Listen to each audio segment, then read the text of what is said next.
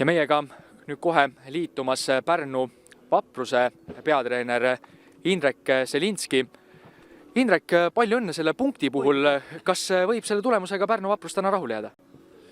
No nii ja naa, et esimese poola põhjal mitte, teise poola ja esimese 30 minuti põhjal jah, viimased 15 minutit jälle nagu, et meil oli, kes mängu nägi, see nägi, et Viljandi hakkas mängima lihtsalt pikki palle ette, et tegelikult meil olid võimalused vasturünnakute peale ära karistada, et ruumi oli ja võimalusi oli, et palli ei saanud ärasse. Et jah, nii ja naa, ütlen su vastuseks.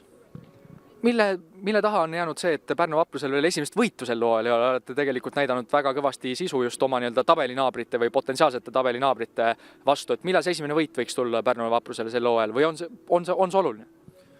No eks ta kindlasti on oluline, aga ületähtsustada ei saa, et võtame iga mängu nii, nagu ta tuleb ja loodetavasti see võit ükskord tuleb ka, et täna oli ka üks moment, kus me nagu magasime maha selle jaapanlasest ründaja taga postis, et